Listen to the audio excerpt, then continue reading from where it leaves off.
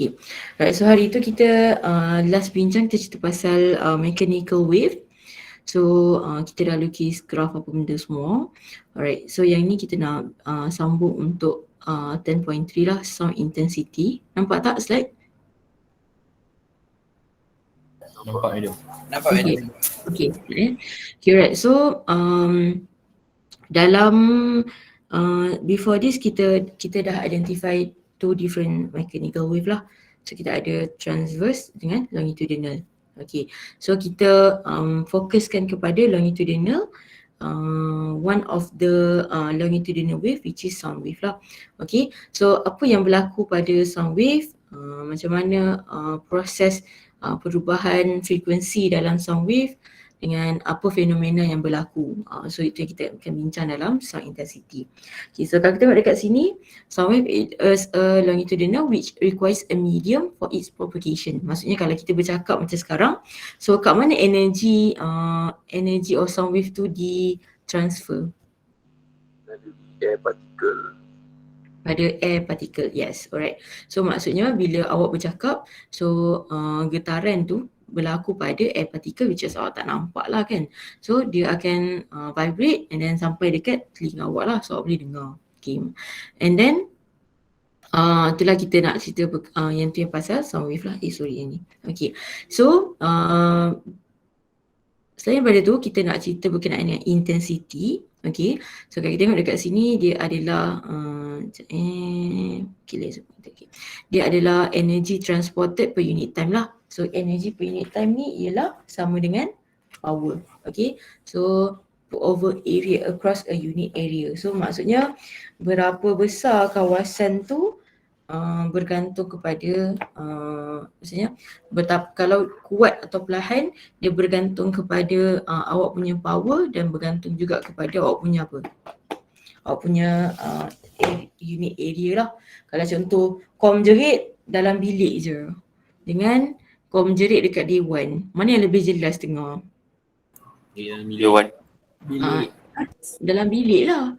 Kan sebab bilik tu dia punya area dia kecil, betul? Dia lagi kecil daripada area of dewan. So that's why korang akan hasilkan intensity yang lebih tinggi. Okay, sebab kalau kita tengok dekat sini okay, kalau kita tengok dekat dalam equation ni, kita boleh kata I ni adalah inversely proportional to 1 over area. Okay, so area ni, gelombang ni dia datang dalam bentuk shape apa? Cakap dalam bentuk yes, datang dalam bentuk spherical lah ataupun sphere. Jadinya dekat sini area ni awak masih guna area spherical lah. So apa area spherical? 4 pi R. Okay, 4 pi R kuasa 2. Okay, kalau kita tengok dalam equation of area, so 4 pi ni consider kita punya apa? Constant value lah. So from here kita boleh kata I ni adalah inversely proportional to 1 over R squared. Okay, so maksudnya lagi jauh jarak yang kita nak reachable dengan power kita constant, okay, maksudnya intensity tu akan jadi semakin rendah lah. Tapi kalau kita boleh increasekan kita punya power, so kita boleh capai intensity yang lebih tinggi. Okay, yang ini dalam case if P kita sama dengan constant. Okay, so kita nak tengok perubahan intensity lah. So ini adalah unit untuk intensity lah, watt per meter squared. Okay, so kalau kita tengok burung ni, yang mana lebih tinggi intensity dia? Yang pertama ke yang kedua? Yang kedua. Yang kedua kan? Okay, kalau perasan, bila intensity dia tinggi, apa yang juga akan tinggi? Amplitude. Yes, amplitude.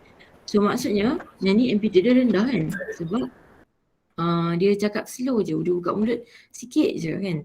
So kita boleh kata selain daripada inversely proportional to R squared, so dia pun adalah directly proportional to amplitude. Awak jangan confuse lah. Yang tadi tu, yang ni A ni untuk amplitude. Maksudnya bila kita bercakap, kalau ni adalah compression of air particle lah. Okay, kalau tengok yang kat bahagian yang ni dengan bahagian yang ini, okay, yang ini rapat-rapat, betul? So dekat sini amplitude dia lebih tinggi lah. higher amplitude. So kat sini adalah lower amplitude. So that's why graf ni compression ni dia relatable dengan graf yang dekat bawah ni. Nampak tak? Bila dia high, so amplitude dia pun bertambah. Okay, so bila dia low, so refraction lah. So maksudnya dia intensity dia berkurang lah. Maksudnya waktu tu kita dengar mungkin agak perlahan. So ni relatable antara intensity dengan amplitude, intensity dengan distance. Okay, yang tu settle. Okay, sekarang semalam saya conteng lupa nak padam.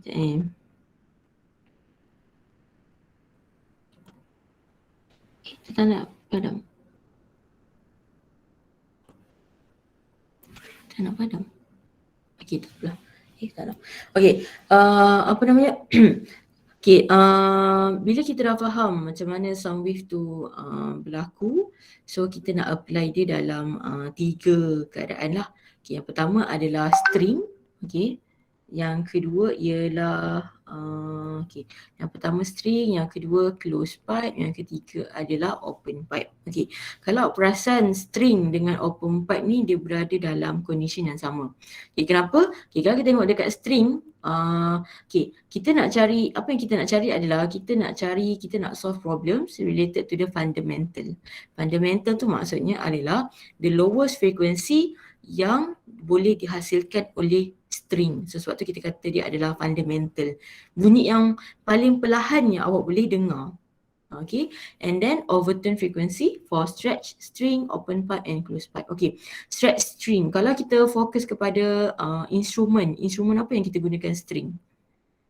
Gitar. Yes, obviously gitar lah kan. Okay, saya perasan hari tu pun masa pendaftaran ada a few student yang bawa gitar. Nanti adalah tu petang-petang dia buat konsert kan kat asrama tu. Okay, alright. So, saya nak suruh siapa buat performance semalam itu? Alif kan? Lizard. Mana Alif Izzat?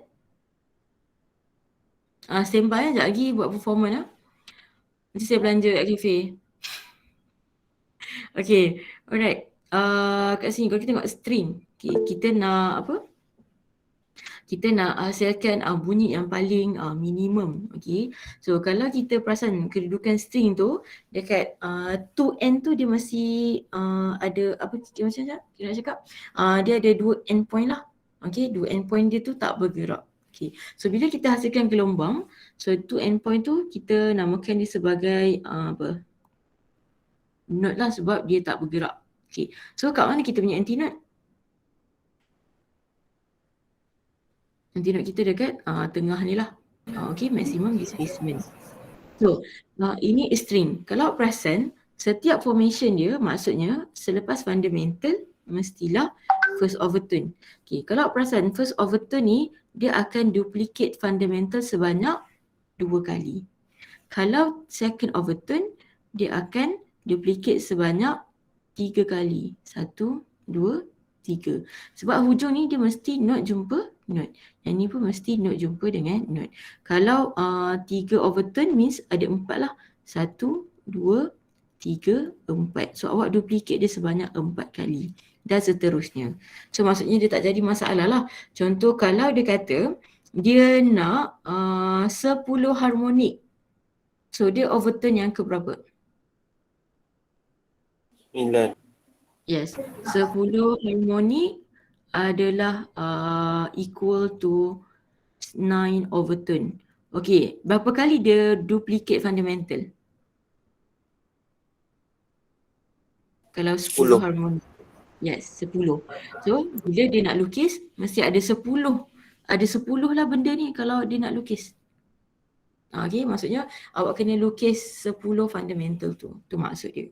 Okay, so kat sini dia ada 2 perbezaan lah. Okay, first harmonic maksudnya dia kita panggil dia sebagai fundamental. Okay, maksudnya dia 1.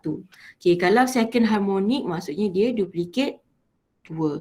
Okay, so maksudnya 2 dekat sini. Tapi dia adalah first overtone. First overtone ni maksudnya bunyi yang kedua selepas fundamental. Macam itulah. So means semakin bertambah harmonik, frekuensi awak pun dia makin lama dia akan makin bertambah. Tu maksud dia. Okey, sama juga untuk open pipe. Okey, cuma open pipe bila both end of the pipe is open, so kita tak akan jumpa node position sebab displacement awak tak mati dekat situ, dia open. So jadinya hujung dengan hujung ni kita akan jumpa anti node dengan anti node. So kat mana awak punya node? Dekat tengah-tengah. So sama jugalah kalau awak nak second harmonic maksudnya awak akan duplicate dia 2 kali. Ni yang pertama, ini yang kedua. Okey, sekejap ya. Okay. Kalau okey, sekejap.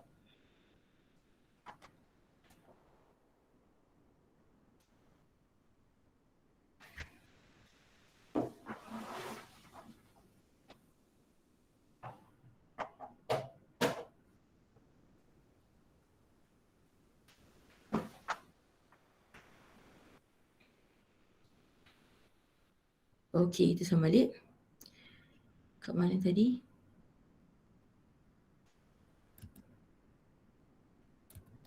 Okey, so kalau contoh kat bawah ni 5 kali. So 5 kali lah awak duplicate yang fundamental. 1, 2, 3, 4, 5. So kena tahulah lukisan ni. Okey, so kalau untuk close pipe, okey, close pipe ni sebab awak akan jumpa satu end point dekat hujung ni. Okey, bila kita kata end point dekat hujung, maksudnya awak tak akan jumpa A dengan A, awak tak akan jumpa node dengan node. So awak akan jumpa ialah anti node dengan node. So dia jadi ganjil lah dekat sini. Okey, so kalau kita tengok dekat sini, for one complete cycle of wavelength, bentuk close pipe ni berapa wavelength? Berapa lambda? 2 lambda. 2 lambda? 1 lambda. Tak, bentuk close pipe ni, bentuk dalam fundamental ni berapa lambda? Setengah. Setengah? 4 lambda. 1/4? 1/4. 1/4. Maka kawan kita ada suatu dia bunyi apa ni? Echo. Okay, right. Dia 1/4 sebenarnya. Yang setengah yang dekat sini. Setengah dekat string. Maksudnya length dia adalah equal to half lambda. Yang ni pun length dia equal to half lambda. Tapi untuk close pipe, length dia equal to lambda over 4. That's why awak dapat dekat sini lambda awak sama dengan 4L. Okay, so untuk close pipe, dia agak ganjil sikit daripada string dengan open pipe. Okay, sebab awak mesti jumpa anti node dengan node. That's why untuk first overtone, okay, dia dah untuk close pipe dia tak follow yang tepi ni. Sebab untuk first overtone, next after fundamental, since awak mesti jumpa node dengan anti node. Okay, kalau contoh lepas quarter, awak pergi dekat half kan, awak dah jumpa tak anti node? Kalau contoh awak berhenti kat sini, tak boleh. Jumpa. Okay, sebab awak mesti jumpa anti node. So awak kena straight lagi sampailah awak jumpa anti node dekat sini, which is panjang dia adalah sama dengan salah. Okay, maksudnya length dia adalah sama dengan 3/4 lambda. Sebab tu awak dapat lambda sama dengan 4/3L dekat sini. Okay, so for this, dia adalah first overtone, means bunyi yang kedua selepas fundamental, tapi dia berapa harmonik? Ada berapa kuarter lambda? 3. Ada 3. Ada 1, ada 2, ada 3. So, sebab tu dia adalah first overtone tapi dia adalah third harmonic. Okay, so dia yang even. Apa? Dia odd number. Nombor ganjil lah. Dia odd number, yes betul, dia odd number. Okay, so kalau yang next dia second overtone, dia adalah fifth. Sebab dia ada 5 kat sini. 1, 2, 3, 4, 5. Dia syarat dia mesti jumpa node dengan anti node. So bila awak lukis untuk close pipe, contoh dia minta panjang saya punya Okay, dia minta 4 overtone. Okay, 4 overtone berapa harmonik? 5. 4 overtone berapa harmonik? Okay, kita nak tengok untuk pipe. 7. Okey, lain. Okay, cuba tulis jawapan korang dekat chat. Saya nak tengok. Okey, 4 overtone berapa? 9. 9. 7. Okey, lagi.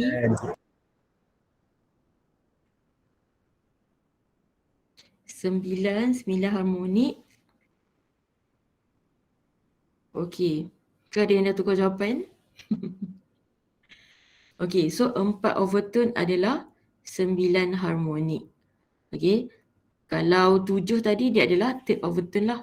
Okey, so maksudnya bila 9 awak kena lukis 9 lah kuarter lambda tu sampai awak dapat 9. So tu adalah 4 overtone. Okey, so nanti boleh praktis lagi lah dalam tutorial. Okey, last kali untuk sound wave kita akan bercerita berkenaan dengan Doppler effect. Okey, apa yang kita maksudkan dengan Doppler effect? So sebenarnya Doppler effect ni korang dah berlaku hari-hari. Contohnya cakap asrama sekarang lah, kau panggil member kau. Member kau dekat toilet.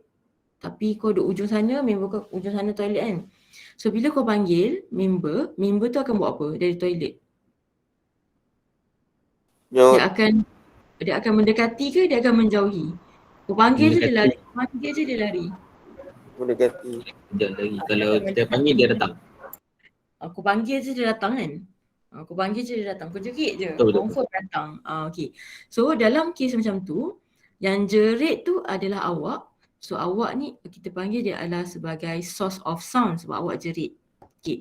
Tapi yang datang ni, kenapa dia datang? Sebab dia dengar bunyi tu. Okay. So bila dia datang, maksudnya dia menghampiri kepada source kita kata source of sound lah. Maksudnya dia adalah observer sebab dia yang bergerak. Sebab kes awak source tapi awak tak bergerak. Tapi dia yang observer yang bergerak menghampiri awak. Okay, itu situation yang pertama. Okay, situation yang kedua, yang ni pun selalu juga berlaku kalau korang dekat rumah, tiba-tiba korang dengar bunyi ambulans. Okay, siapa source of sound tu? Ambulans. Siapa yang bergerak? Kita. Orang. Oh, kau kalau dengar ambulans tu, Orang yang buat kereta. kalau aku dengar bunyi ambulans, kau cepat-cepat lari keluar rumah ke? Sebab nak tengok ambulans tu macam tu. Macam anak aku. Dengar dia keluar rumah. Tu macam gitu. Tak. Dah umur 18 pun nak lari dengar bunyi ambulans kan. Apa ni? Okay, kalau kita dengar bunyi ambulans, maksudnya source of sound kita ada siapa? Ambulans lah, betul. Yang bergerak siapa? Ambulans lah. So dalam kes ni, maksudnya source mutekan mic. Siapa yang ni mute tak pasal okay. So maksudnya dalam kes yang kedua ni, maksudnya source yang bergerak. Kita observer, kita tak bergerak. Okay. So kalau kita tengok pada equation kita, equation dekat sini, okay, dia hanya bagi satu equation, tapi kita yang kena apply sendiri. Maksudnya kita kena tahulah kes yang mana. Okay. Contohnya kalau kita tengok kes kita yang pertama tadi. Okay, kes kita yang pertama observer bergerak. Okay, kalau kita tengok kat sini VP observer lah. Okay, observer bergerak, saya letak kat sini positif lah. Tapi source tak bergerak. Maksudnya yang kawan korang jerit tu dia tak bergerak, betul. So maksudnya velocity dia kosong. Okay, so bila source tak bergerak, maksudnya equation korang akan jadi V plus minus VP bahagikan dengan V. Okay, darabkan dengan F. Ni adalah FK. FK ni apa? FK ni adalah apparent frequency yang korang dengar sewaktu movement tu berlaku. Okay, so F ni adalah F apa? Frequency source. Sebab frequency source dia tak berubah. Yang berubah adalah frequency of yang kita dengar. Okay, sebab contoh dalam gambar yang saya bagi kat depan ni, okay, kita ada police car. So police car ni dia akan bunyi siren lah. Okay, semakin jauh daripada police car, maksudnya kita punya gelombang ni dia akan semakin menjauhi lah, betul tak? So jadinya dekat sini berapa apparent frequency yang kita dengar? Kalau dia duduk dekat sini, berapa apparent frequency yang kita dengar? Maksudnya dekat sini dia punya composition of the sound dia dah semakin berkurang. Sebab tu kita punya frekuensi pun akan berkurang. So kita nak tengok perubahan frekuensi tersebut lah. Okay, ni untuk kes yang pertama tadi. Yang kawan korang jerit, korang datang. Okay, frekuensi yang kedua adalah korang duduk dekat rumah, tak bergerak tapi ambulans yang bergerak. So, kalau ambulans yang bergerak maksudnya yang ni akan jadi kosong. So, V plus minus V source lah. So, kita darabkan dengan frequency of source. Okay. So, V ni adalah V siapa? Velocity of sound. Okay. Adakah dia mesti 330? Dia bergantung kepada soalan. Okay. Sebab velocity of sound dia bergantung kepada temperature. Okay. So, mungkin waktu hujan velocity dia berkurang. Mungkin waktu panas velocity dia lah laju. Sesuatu bila hujan awak kena cakap lebih kuat betul sebab awak tak dengar. Betul tak? Kalau macam sekarang clear, kalau macam sekarang clear, maksudnya tak ada apa-apa gangguan kepada vibration dalam air particle. So sebab tu kalau awak cakap biasa je, kau nak dengar. Even kalau jenis-jenis telinga lintah, member bisik sebelah pun dia boleh dengar. Telinga lintah lah, maksudnya jenis sharp macam tu kan. So dia boleh dengar apa yang kawan dia cakap walaupun dia berbisik lah. So kita nak cerita berkenaan dengan Doppler effect. So frekuensi kita berubah sama ada kita approaching ataupun kita moving away daripada frequency of source. Okay. Alright. So itu je lah untuk topik 10. Ada soalan tak? Madam, yang info-info ni selalunya dia bagi ke kita memang kena cari? Info yang mana? Yang velocity tu semua, saya kira kena cari sendiri lah selalu. Velocity of sound ni ke? Velocity of sound ni selalunya constant. So dia memang dah bagilah dalam soalan. Cumanya selalunya velocity of sound ni dia berubah-ubah mengikut soalan.